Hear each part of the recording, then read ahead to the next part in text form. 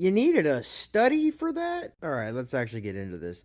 This is about both party members and party voters. The study found that in times of intense political polarization, when are we not in times of intense political polarization? Republicans are far more likely and willing to spread disinformation, knowing that it's disinformation, with the intent of seeing it go further, because they want to win more. That's a bit of a generous way to put it. Basically, Republicans and the right respond to political competition more aggressively. Although Republicans may understand the content is very likely false, they're willing to spread it because they strongly value their party winning over the competition.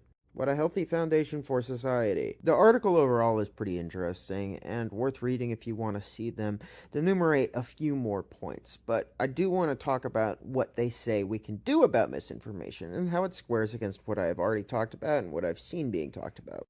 The gut reaction in this case, especially given the fact that increased political polarization seems to be the catalyst for spreading disinformation, is to try to decrease that polarization. But that is a bit of a task. So let's talk about some stuff that actually might be possible. First, more money could be invested in fact checking. Yeah, absolutely.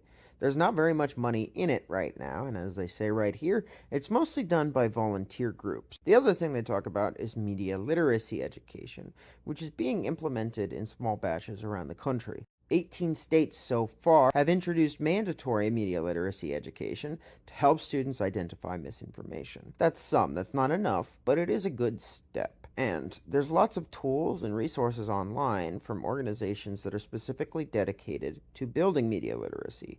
One of my favorite ones is the News Literacy Project. I sometimes share some of their stuff to my story and talk about some stuff in my videos. But if you ever want to check out their website, they have a ton of good resources, both for building your education and for actively fact checking. The answer here is it's complicated, but there's stuff that we can do. We just have to invest some time and money into the people trying to do it.